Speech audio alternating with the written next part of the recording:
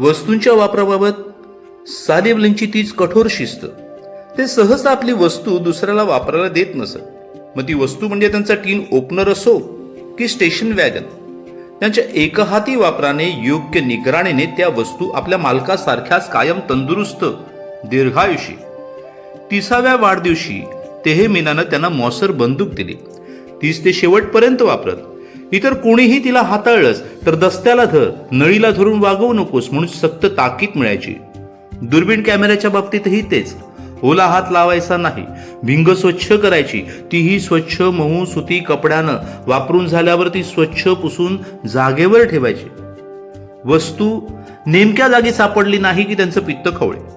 वस्तू काही तिची जागा सोडत नाही. मग ती जागा बदलतेच कशी? अशी जागा बदलणे म्हणजे अक्षम्य गुन्हा. उत्तर आयुष्यात त्यांना रात्री वारंवार लघवीसाठी उठावं लागे. मोहिमेवर असताना रात्री त्यांना हाताशी विजेरी लागे. त्यामुळे त्यांच्या विजेरीला कोणी हात लावायचा नाही असा दंडक. कोणी एकदा ती आगळीक केली तेव्हा त्याला वणव्यात होरपळूनच निघावं लागलं. हो, त्यांच्या विजेरीला एक छानसं गलोतही असे, जुन्या जीर्ण मोजाचं. आपल्या वस्तूंविषयी त्यांना किती प्रेम होतं हे त्यांनी आत्मचरित्रात एका चाकूच्या निमित्तानं सांगितलं. अनेक वर्ष सोबत करणारा त्यांचा चाकू कैलास मानसरोवराच्या पक्षी यात्रेत एका विसाव्याच्या ठिकाणी अनवधानानं राहिला. थोडं पुढं चालून गेल्यावर त्यांना चाकू खिशात नसल्याचं लक्षात आलं. त्याच्या शोधात त्यांनी पुन्हा तास 2 तासाची डोंगर चढ उतारांची वाट कापली आणि चाकू ताब्यात घेतला. पुन्हा मार्गस्थ झाले. सिक्कीमच्या 1955च्या पक्षी सर्वेक्षण मोहिमेत अशाच एका अवघड ठिकाणी ते आपला चष्मा विसरून आले. तळावर परतल्यावर त्यांच्या ते लक्षात आलं. ते आल्या पावली परत फिरले. 4-6 मैलांची चाल करून ज्या ज्या ठिकाणी विसावले होते त्या ठिकाणी त्यांचा शोध घेतला आणि परतले ते चष्मा घेऊनच. त्यांच्या वस्तू जपण्याच्या, दीर्घकाळ वापरात टिकवण्याच्या शिस्तीतून काही वेळा मजेशीर प्रसंग घडत आणि मग खरंच वस्तू नीट जपल्या पाहिजेत हे त्यांचं म्हणणं अधिकच प्रत्येकारी ठरे. त्यांच्या अभ्यासिकेतला तो छोटा काळा पंखा एकदा नादुरुस्त झाला. अनेक वर्ष तो त्यांच्यासारखा सातत्यानं फिरत असणार. शेवटी थकलाच. एका तंत्रज्ञानाला त्यांनी त्याची दुरुस्ती करायला सांगितली. पंखा दुरुस्तीचा खर्च आला 25 रुपये. तो भयंकर आकडा पाहता सालिम अली आश्चर्यानं उद्गारले, कमाल आहे, तो पंखा मी घेतला होता अवघ्या 5 रुपयांना. किमतीपेक्षा 5 पट दुरुस्तीचा खर्च. याचा अर्थ जुन्या वस्तू नीट जपल्याच पाहिजेत. आणि अशा कितीतरी जपून वापरून जीर्ण शीर्ण झालेल्या वस्तू त्यांच्या संग्रहात होत्या. हात मोज्यांचे, पाय मोज्यांचे जोड, टोप्या, जुनी पेने, शर्ट्स, काही म्हणून टाकून द्यायचं नाही. मात्र आपलीच तेवढी वस्तू जपायची असा खाक्या नव्हता. आस्था सारखीच तीच. अगदी पक्षी मोहिमेवर असताना, सोसायटीच्या वस्तू वापरताना त्यांचा हाच कटाक्ष. कॅम्पकोटची गोष्ट, तिच्या वापराबाबतचे नियम सर्वांना सारखेच, मग तो आपला विद्यार्थी असो की परदेशी पाहुणा असो. कॅम्पकोटचा उपयोग फक्त झोपण्यासाठी, बसण्यासाठी नाही. तिच्या कडेवर बसून गप्पा ठोकायच्या नाहीत. तसं केलं की कॉटचं तिथलं कापड झिजून फाटतं. म्हणून हा दंड. गोंधळ, गडबड, धांदल हे शब्द त्यांच्या कोशात नव्हते. कमालीची शिस्त आणि जाणीवपूर्वक आत्यंतिक काटेकोरपणा हे त्यांचे खास स्वभाव विशेष. इंग्रजांच्या जमान्यात वरच्या वर्गात वावरायला मिळाल्यामुळे असो की त्यांच्या उपजत वृत्तीमुळे असो, त्यांच्या कामात, वागण्यात, उठण्या बसण्यात, खाण्यापिण्यात जराही बेशिस्त, ढिलाई व गाफीलपणा याचा अंशही नसे. सगळं कसं आखीव रेखीव, टापटीप, चटपटीत, कुठलाही घोळ न घालता प्रत्येक काम त्यांना मनापासून केलेलं हवं असे. निष्काळजीपणा, चुकारपणा, चालढकल त्यांच्या स्वभावात नसल्यानं इतरांना त्याची सवलत नव्हती. त्यांच्या सहकार्याने, विद्यार्थ्यांनी हातावेगळं केलेलं काम, लिहिलेला अहवाल, निरीक्षण ते पुन्हा पुन्हा तपासून त्याच्या निर्दोषत्वाची खात्री करून घेत, स्पेलिंगची साधीशी चूकही खपत नसे, सरळ फाईल भिरकावली जायची. इंग्रजी भाषेवर त्यांचं आत्यंतिक प्रेम, तिची हयगय त्यांना खपत नसे. शेवटपर्यंत त्यांच्या हाताशी इंग्रजी शब्दकोश होता. त्याचा वापर कधीच संपला नाही.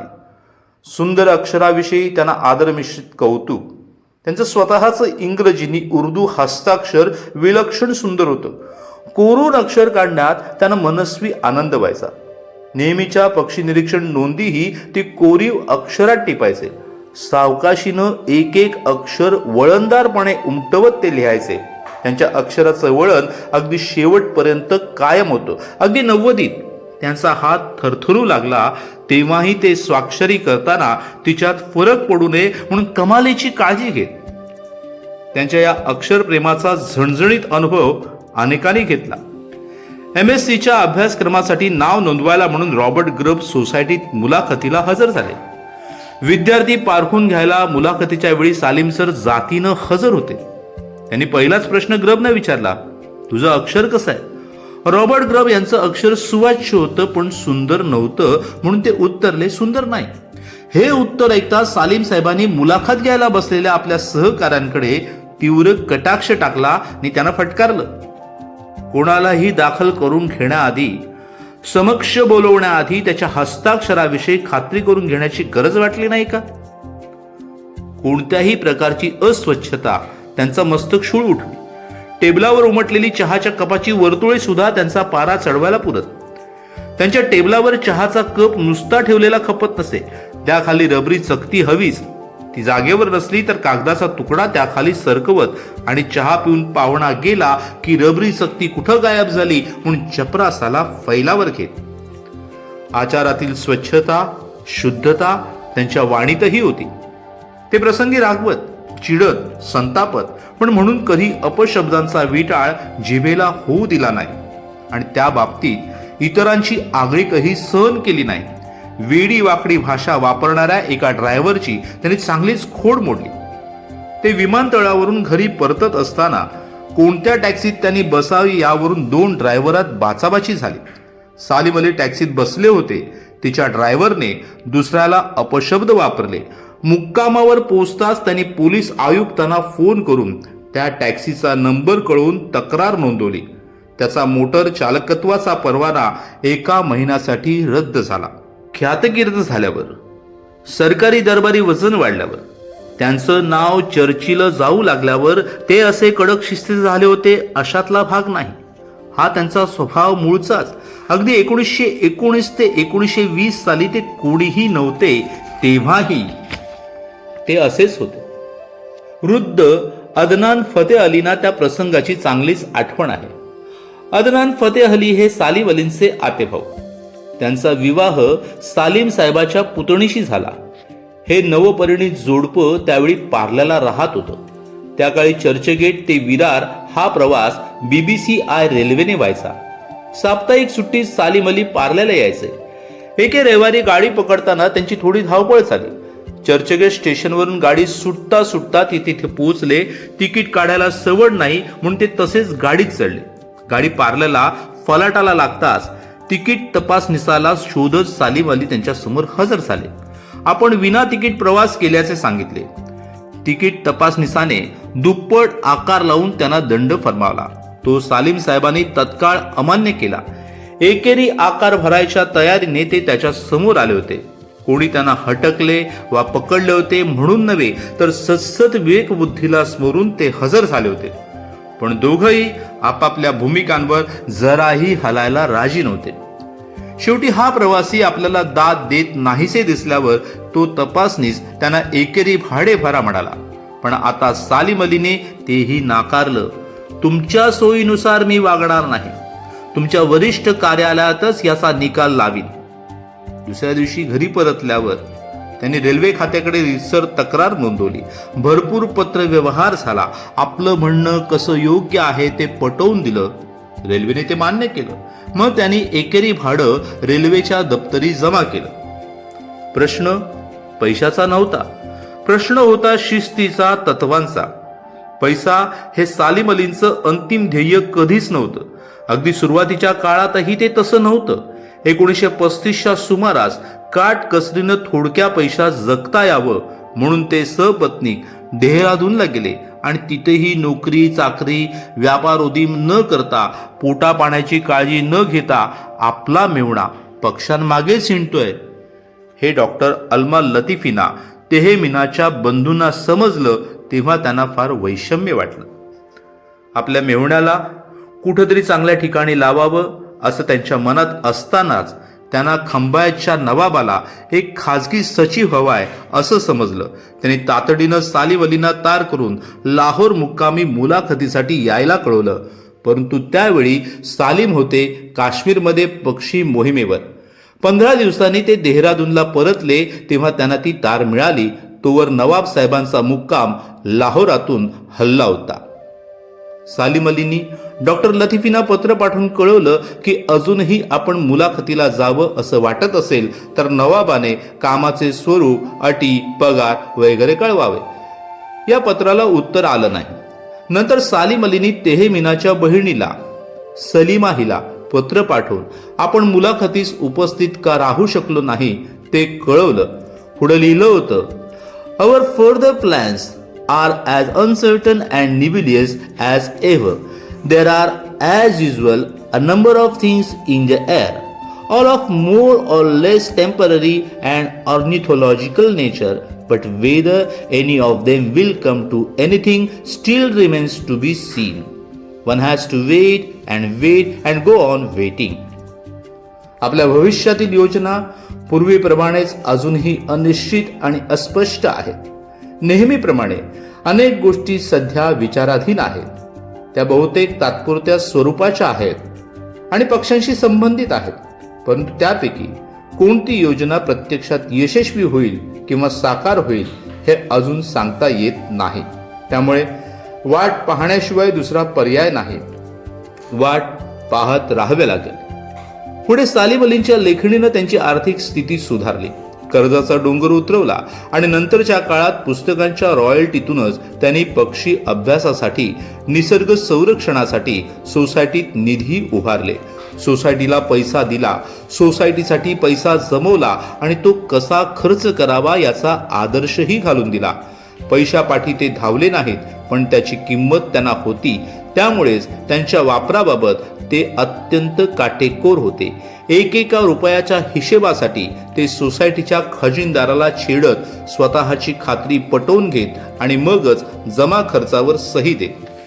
सुरुवातीच्या काळातल्या त्यांच्या पक्षी सर्वेक्षण मोहिमा शेकड्यात नाही तर हजारात पार पडत. पण हाच खर्च 1970 ते 80च्या काळात लाखाच्या घरात जाऊ लागला. हे प्रचंड आकडे पाहिले की ते बेचैन होत. एवढा निधी उभारायचा कसा म्हणून चिंताक्रांत होत आणि तो तसा उभा राहिल्यावर त्याची पैन नीट वापरली जाईल की नाही म्हणून शंकाकुल होत. 1980 सालातील एक हकीकत, उत्तर भारताचा दौरा संपवून ते मुंबईला परतले. त्यांना विमानतळावर उतरवून घ्यायला सोसायटीची गाडी घेऊन डॉक्टर ग्रब गेले.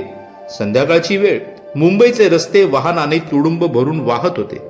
ही गर्दी टाळण्यासाठी डॉक्टर ग्रबनी ड्रायव्हरला गाडी माहीम काजवेवरून वांद्र्याला घ्यायला सांगितली. सालिम अलींना हा रस्ता बदल मुळीच रुचला नाही, कारण नेहमीच्या मार्गापेक्षा हे अंतर 3-1 किलोमीटर्सनी अधिक म्हणजे तेवढं पेट्रोल अधिक लागणार. डॉक्टर ग्रबचं म्हणणं, थोडंसं अंतर वाढल्यानं आणि त्यापायी ₹2 अधिक खर्चले गेल्यानं जर प्रवास सुखाचा होणार असेल तर तेवढी सवलत घ्यायला काय हरकत आहे. पण निष्कारण सोसायटीतील हे ₹2 अधिक खर्चावे लागणार, त्याला माझी हरकत आहे. थोडीशी अडचण सोसून ₹2 वाचणार असतील तर ते अधिक श्रेयस्कर. इति सालिम अली. गेल्या काही वर्षात सोसायटीला मिळणारी अनुदानं वाढली, मोठे मदत निधी मिळाले. ही आजकालची तरुण पुढं एवढ्या पैशाचा कारभार व्यवस्थित पाहतील ना, त्यांना हे नीट झेपवता येईल ना म्हणून त्यांच्या जीवाला घोर लागेल. त्यांची स्वतःची राहणी अतिशय साधी, गरजाही कधी त्यांनी वाढू दिल्या नाही. कपडाही जरुरी पुरताच घ्यायचा, त्याची दुरुस्तीही स्वहस्तेच करायची. मोहिमेवर निघताना बरोबर साबणाच्या वड्या घ्यायच्या, पण अर्ध्या कापून वापरायच्या म्हणजे विनाकारण झीज व्हायला नको. सुटी नाणी, जुनी पेने ठेवायला एक वेगळा डबाच असे. काही फेकून द्यायचं नाही, टाकून द्यायचं नाही. कधी कोणत्या गोष्टीची गरज पडेल ते सांगता येत नाही, म्हणून सर्व वस्तू नीट वर्गवारी करून ठेवायच्या. पैशासाठी ते जगले नाही, पण जगण्यासाठी पैसा लागतो याचा अनुभव त्यांच्या गाठीशी होता. त्यामुळे कोणत्याही वृथा खर्चाला त्यांचा आक्षेप. एखाद्या सभेसाठी, सेमिनारसाठी किंवा परदेशी तज्ज्ञांच्या भेटी गाठीसाठी पंचतारांकित हॉटेलात जाण्याचा, तिथल्या मेजवानात सहभागी होण्याचा प्रसंग त्यांच्यावर अनेकदा यायचा. तिथले भारी किमतीचे एक एक पदार्थ पाहिले की ते अस्वस्थ व्हायचे. म्हणायचे, माझं लक्ष आपलं मेनू कार्डवर. एक थाळी म्हणजे माझ्या शिपायाचा पगार. आपल्या नोकरा चाकरांचा त्यांना कधी विसर पडला नाही. चपरासी, ड्रायव्हर, माळी साऱ्यांना सणासुदीला पोस्ट मिळेल एवढंच नव्हे, तर त्या प्रत्येकाला त्यांच्या मृत्यूपत्रान्वये काही ना काही मिळालंही. सालेम अलींच्या आनंद यात्रेत, या पक्षी यात्रेत बॉम्बे नॅचरल हिस्ट्री सोसायटी आणि त्यांचे विद्यार्थी यांनाही अनन्यसाधारण महत्त्व आहे. सोसायटी म्हणजे तर त्यांच्या आयुष्यातलं एक खास प्रकरण. त्यांचे बहिष्ठ प्राण. वयाच्या 10व्या वर्षी त्यांनी सोसायटीत प्रथम पाय ठेवला. नंतरच्या काळात त्या सोसायटीची धुरा वाहण्याचं काम त्यांनी आयुष्यभर केलं. 1927 ते 28 या काळात ते सोसायटीचे सहाय्यक क्युरेटर होते. तिच्या जनरलचे संपादक होते. नंतर ते मानद चिटणीस आणि शेवटी ते तिचे अध्यक्षही झाले.